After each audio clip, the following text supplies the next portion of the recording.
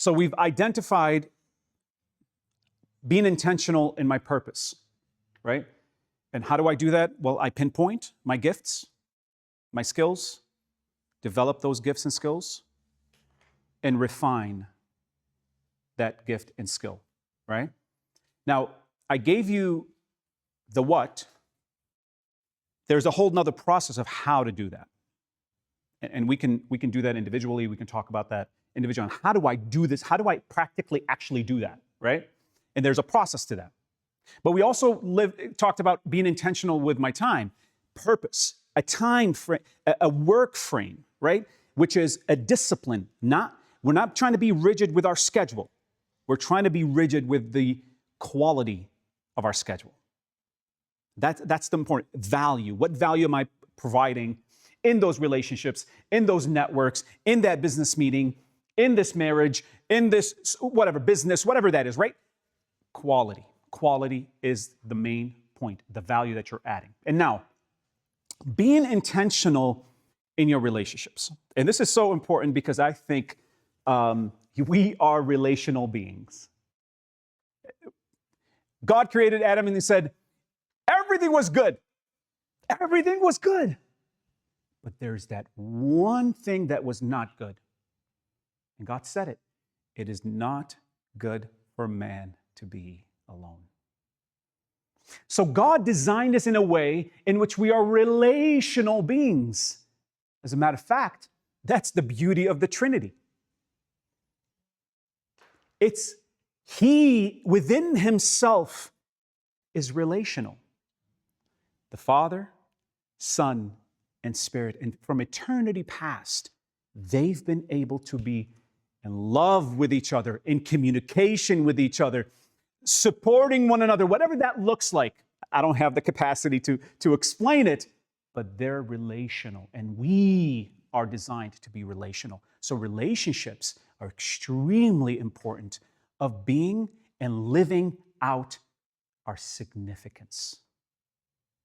And so in the John Maxwell program, there is a numerical framework in which he likes to teach us and to give. And I have a framework as well, and I'll share with you some disciplines of having intentional relationships. But before we get there, I want you to see these 4 areas of relationships: addition, subtraction, division, and multiplication. There are people in your life right now that are adders. And what does that mean? Adders bring positivity, support, encouragement to that relationship. They listen, they uplift, and contribute to your life. See, they're adders.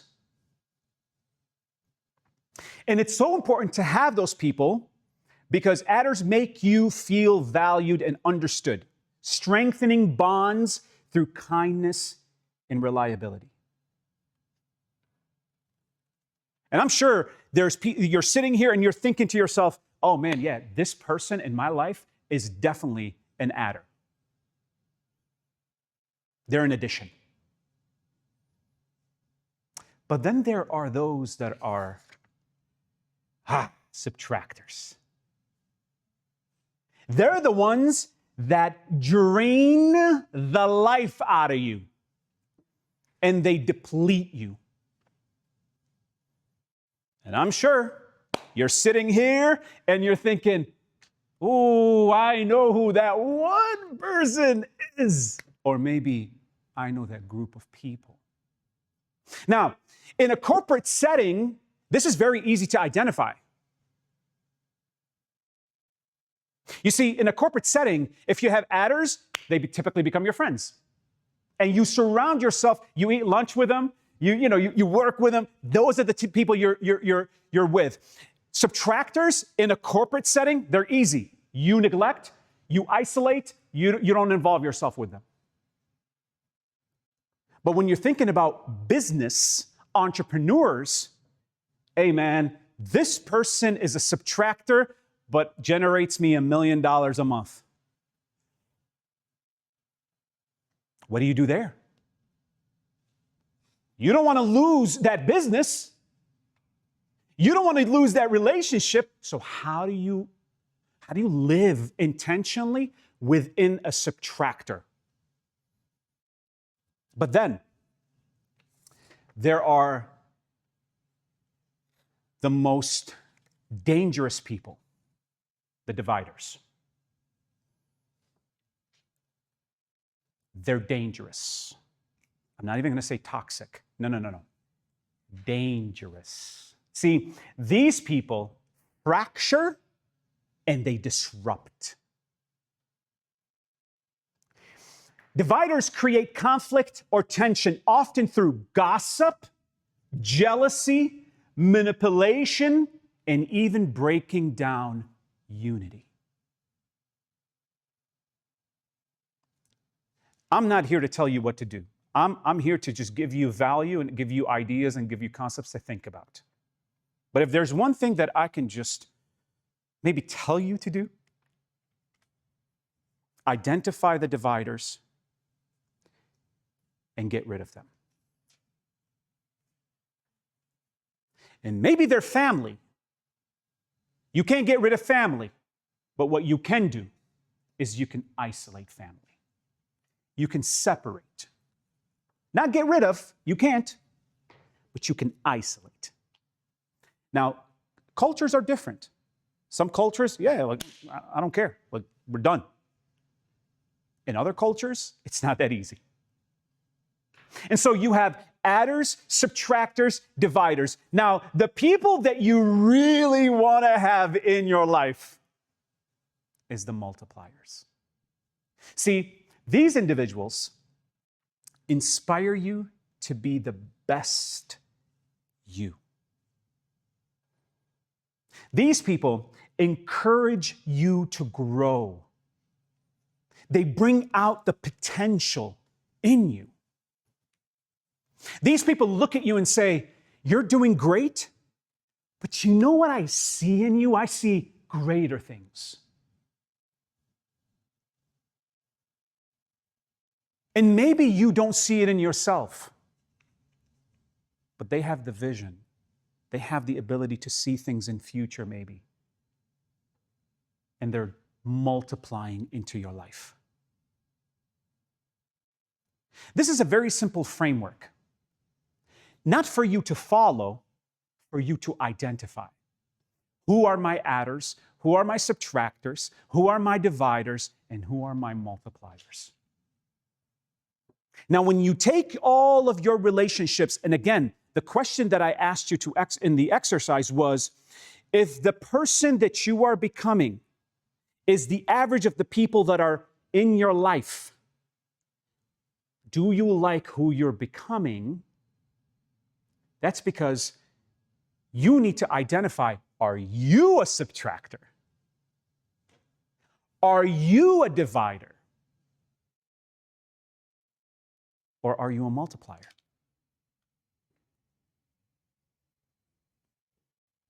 And that's important for us as we approach relationships, and being intentional in our relationships is extremely, extremely, extremely important to identify who I am. Again, what did we say in the beginning? In order for me to be significant and to add value, I'm intentional in my time, in my purpose, and in my relationships. But that begins the minute I start understanding who I am, what I am, what are my core values. And so, as you identify and as you go through this, here are 7 principles that I want to share with you on how you can have an intentional relationship with anyone. With anyone. And so if you just want to skip, number 1, center yourself first. Center yourself first. And what does that mean? You can't build meaningful relationships when you're a stranger to yourself.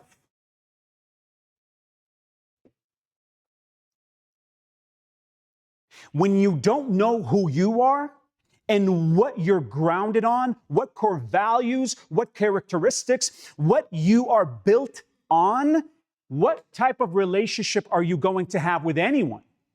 You know why that's dangerous if you're not grounded? Because if you're not grounded, then you are pushed over with anyone else's characteristics and core values. So if you're not centered in who you are, then you become everyone else.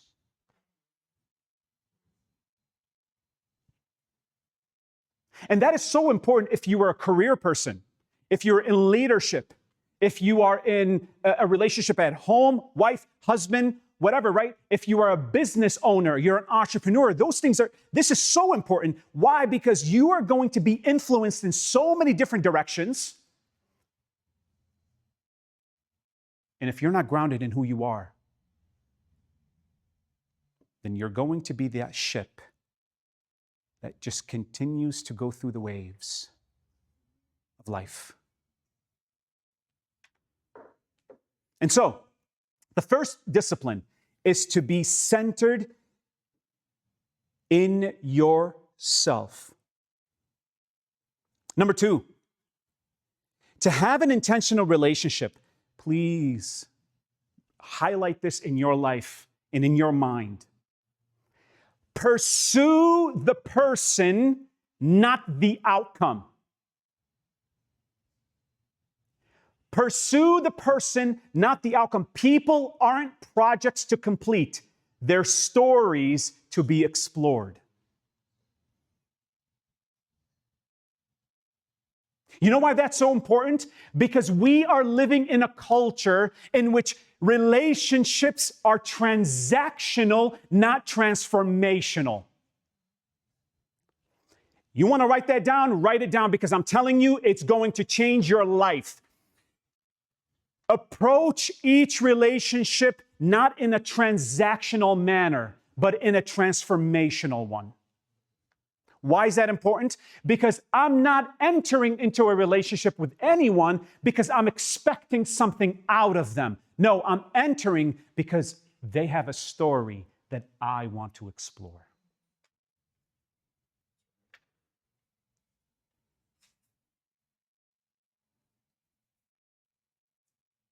The perfect example of this, like I said, I'm a man of faith. And my life is revolved around one man in whom I worship. And he was perfect in developing relationships, by the way. He was so good at this. Every encounter in which Jesus had was not about the outcome, but it was about the person.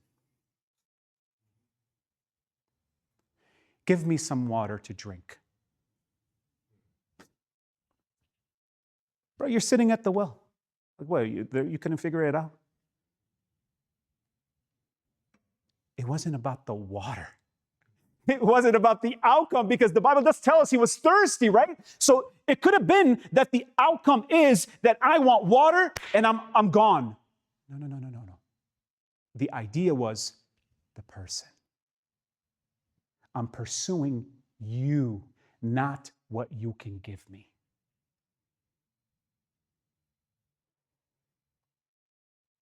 And so, people aren't projects to complete, they're stories to be explored. And again, these are disciplines. It's not something that you have to follow rigidly. No, it is something in which to keep in mind when you enter into any relationship. These are the disciplines to be intentional. Number 3, and I love this, go deep with few,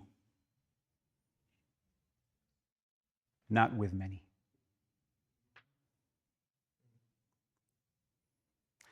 Go deep with few, not with many. You see, not every relationship is meant to be intimate, but every intimate relationship must be intentional. Not every relationship is meant to be intimate, but every intimate relationship must be intentional.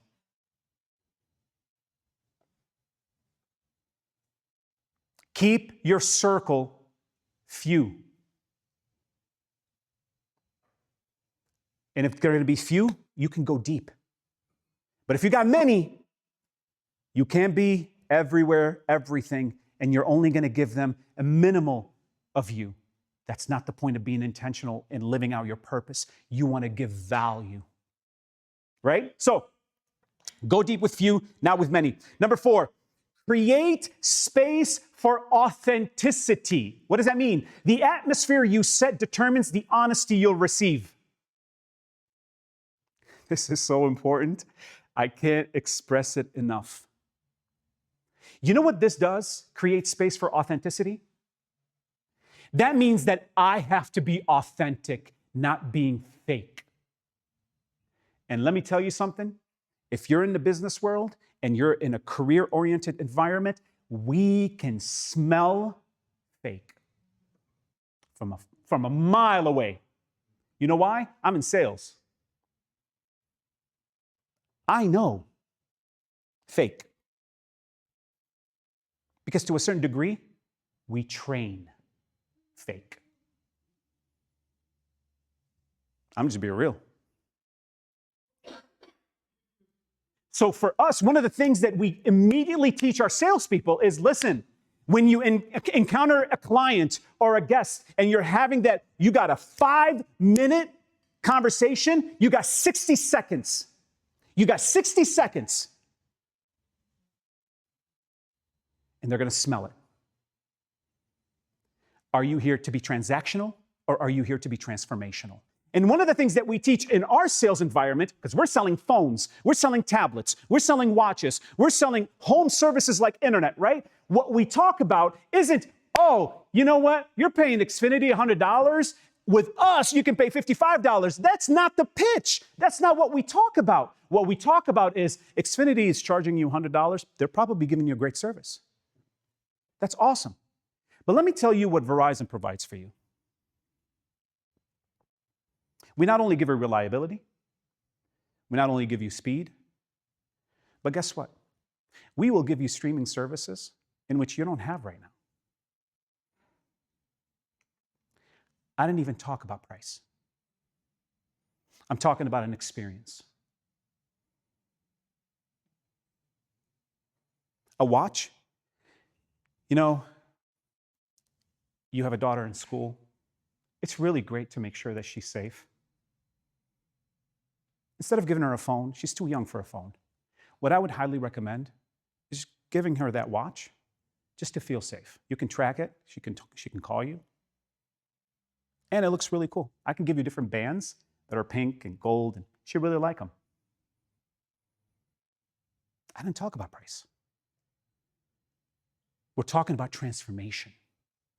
And so, authenticity is so important because I am truly authentic when I'm talking about these things. I really am not talking about price. I can care less about price. I'm really trying to tell you as a father to a mother, hey, you want to keep your 6, 7, 8-year-old daughter safe? I'm telling you, this is what I'm doing for my kids. I'm being authentic with you and I'm being genuine with you. This is what you should do for yours. Now take that into relationship with your friends, with your colleagues, wife, husband, kids, right? Number 5, release and multiply. The purpose of connection isn't possession, it's permission to grow. The purpose of connecting isn't possession, it's permission to grow. I don't add value to you because I want to control you. No. I want to enter into a relationship with you and I want to add value to you so that you can go and add more value to others. That's the point. So we talk with truth and compassion.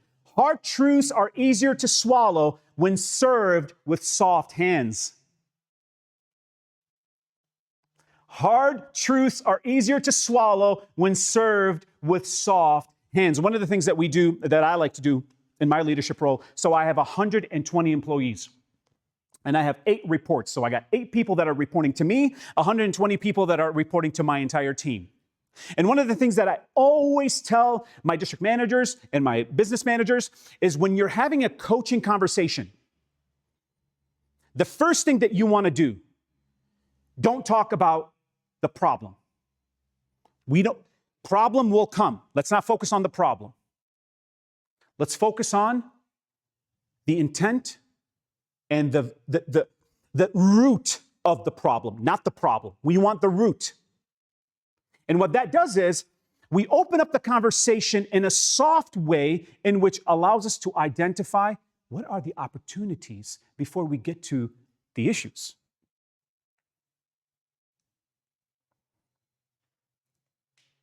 And one of the questions that I love to begin any coaching session, a disciplinary coaching session, is this. What am I not doing enough to support you? What am I not doing enough? What do I need to do better to help you? I take the ownership, but guess what?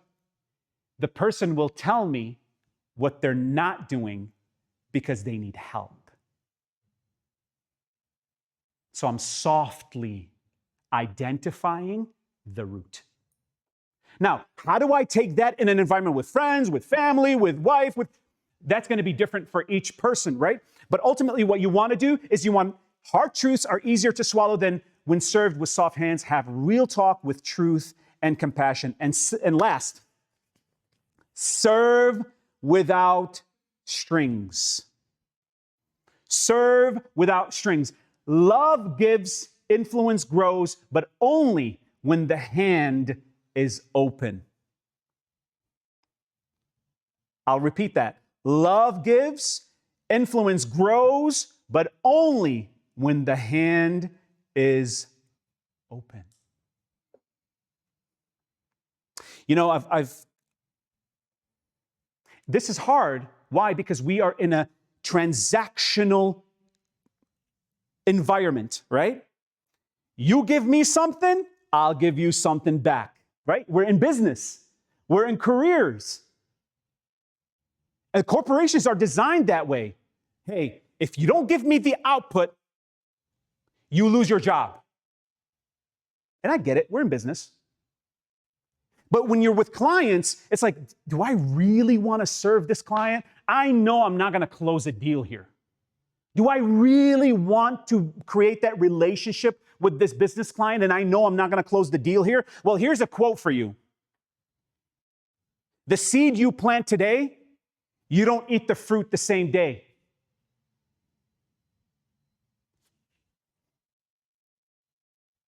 The seed you plant today, you don't eat the fruit the same day. So you gotta grow it. Serve it without giving you anything back. Think of a farmer. The farmer is serving the farm for months upon months upon months with nothing given back. But one day, the harvest comes and he does what? He eats. Serve without strings. And these 7 principles, again, like I mentioned, these are principles. They're not something you have to follow, but you got to start thinking about yourself and reflecting, do I have these principles within my relationships? And if not, I trust that you can develop them.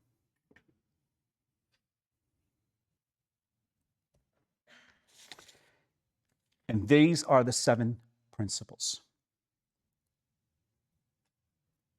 So, how do I become a person of significance? I'm intentional with identifying my purpose. I'm intentional with identifying and living out my time and leading my time. And I'm intentional in the relationships that I enter in. now I can be a person of significance. And what is a person of significance? A person that adds value. Because you were never created to be a taker, but you were created to be a giver.